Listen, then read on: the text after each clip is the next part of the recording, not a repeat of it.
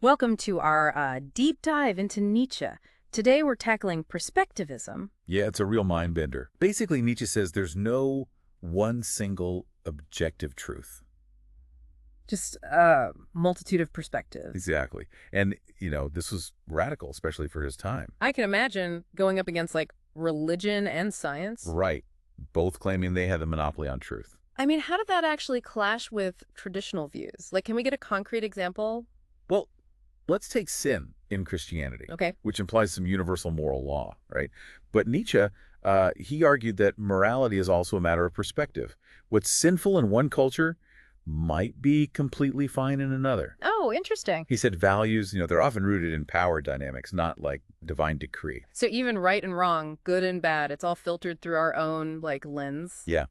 And it applies to knowledge, too. Remember that example we were talking about, the medieval European versus the modern scientist? Right, like they'd have different ways of understanding the world, different ways of like proving things. Precisely.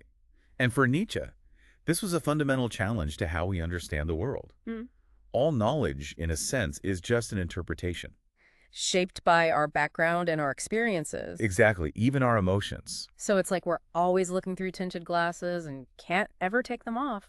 That's a great analogy. Right. And Nietzsche takes it even further. He says our senses, the way we perceive things, are also influenced by our perspective. Wow. This is where it intersects with psychology. Like, our minds aren't just passive receivers, Okay, so no escaping our perspectives. But does that mean every perspective is like equally valid? Is it a free-for-all? Well, that's a misunderstanding. Nietzsche didn't say anything goes. Actually, he believed in a hierarchy of perspectives. So some are stronger than others. How do we even begin to understand that? Well, Nietzsche wasn't afraid of making judgments. For him, it wasn't just about acknowledging different views. It was about developing better ones. And a higher perspective, it wasn't just about more facts. It was about a more insightful way of seeing things, a more life-affirming way.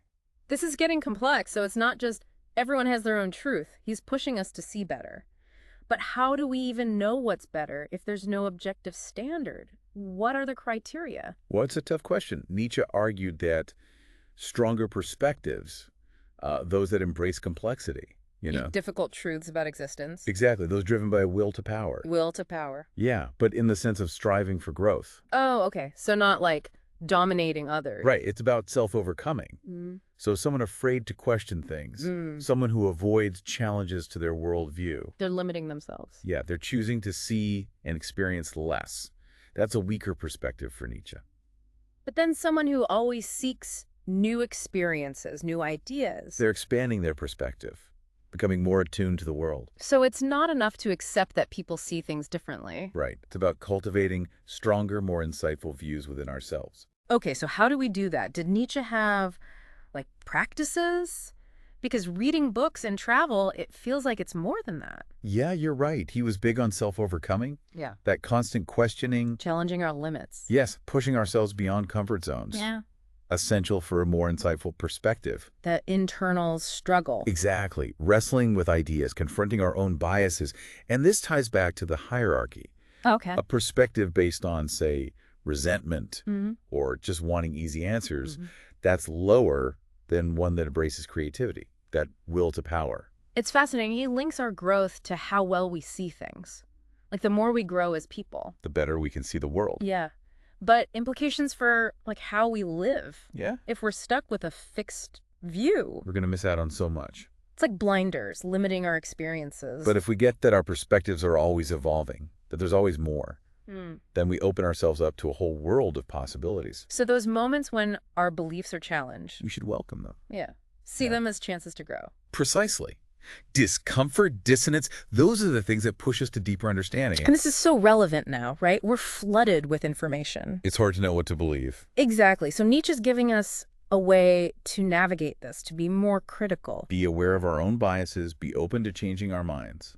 It's like he's saying, be a thoughtful consumer of information. Yeah. Don't just absorb passively. Engage, question, shape our own understanding. Exactly. Take ownership. Remember, for Nietzsche, knowledge isn't passive. We create it. Through how we interpret and experience things. But let's get practical. Okay, yeah. How does this actually work day to day? Yeah. Like making decisions, solving problems. Can we actually apply it to those things? I Yeah. mean, like, when you have a tough choice to make, Do you just go with your gut or try to see it from different sides? It's like that, that saying, sleep on it. Right. Giving yourself time to maybe see things differently in the morning. Yeah. Taking a pause. Maybe even talking to someone with a different viewpoint. Exactly. You're not trapped in just one way of seeing it. Yeah. And this goes for so many things. From personal stuff to big societal issues. Yeah, like disagreements, political debates. Instead of just digging in our heels. Right. Recognizing that no one has the whole truth. Yeah. Even opposing views can be insightful. You know, it's like how juries are supposed to work. Oh, yeah. Getting a mix of people, different backgrounds, so they get a more balanced outcome. A collective You're perspective. stronger than any one person's view. That's a great point.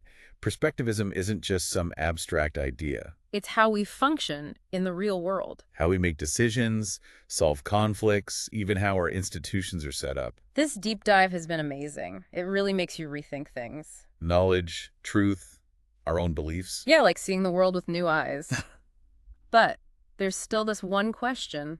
What is it? If no single perspective is the truth, what makes some better than others, and how do we even cultivate those stronger ways of seeing? That's the challenge Nietzsche gives us. He gives clues, sure. Embracing complexity, self-overcoming, affirming life. Yeah. But the answer, Yeah. it's something you find yourself through experience and reflection. So it's not about finding the answer in a book, it's about the mindset. Of questioning, exploring, growing. Exactly. It's the journey. Not just the destination. That's a perfect way to end this. Thanks for taking us through Nietzsche's Perspectivism. My pleasure. We hope it sparked some new ideas for you. Keep questioning, keep exploring, and keep those perspectives shifting.